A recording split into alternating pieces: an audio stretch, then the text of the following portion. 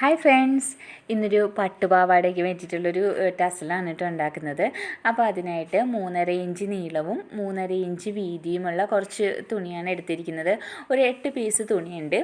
അപ്പോൾ ആ തുണി ഇതുപോലെ കോണോട് കോൺ നമുക്ക് മടക്കി എടുത്തിട്ടുണ്ട്. എന്നിട്ട് അതിൻ്റെ ഉള്ളിലേക്ക് നമ്മളുടെ ഈ കുഞ്ചലം വെക്കുന്ന ആ ത്രെഡ് നമുക്കുള്ളിലേക്ക് വെച്ചിട്ട് ഇതുപോലെ ഒന്ന് മടക്കി ഈ സൈഡിലേക്ക് ഒന്ന് അടിച്ചു കൊടുക്കണം.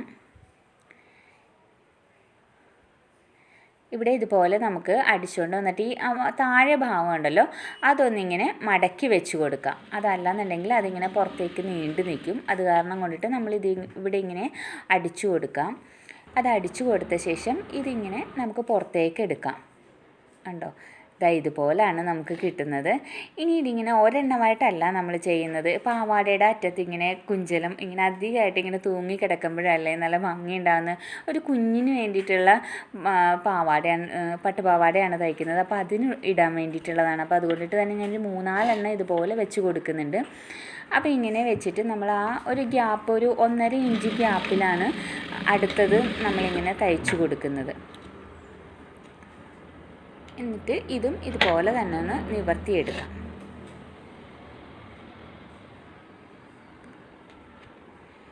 ഇതിൻ്റെ മുകളിലേക്ക്, അതായത് ഒരു 1.5 ഇഞ്ച് ഗ്യാപ്പ് ഇട്ടിട്ട് മുകളിലേക്ക് തുണി ഇതുപോലെ അങ്ങ് കോണോട് കോൺ മടക്കി അവിടെ വെച്ചിട്ട് വീണ്ടും നമ്മൾ ഇതുപോലെ അടിച്ചു കൊടുക്കാം.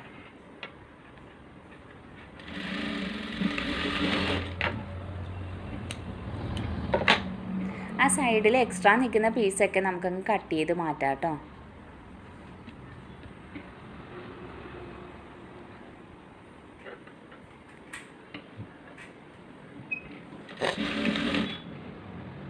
ഇതിപ്പോൾ നമ്മൾ 4 പീസ് തുണിയാണ് വെച്ച് ഒരു സൈഡ് അടിച്ചെടുത്തിരിക്കുന്നത്. അതുപോലെ തന്നെ അപ്പുറം സൈഡ് 2 അറ്റം ഉണ്ടല്ലോ, 2 അറ്റത്തും 4 വീതമാണ് ചെയ്തെടുത്തിരിക്കുന്നത്.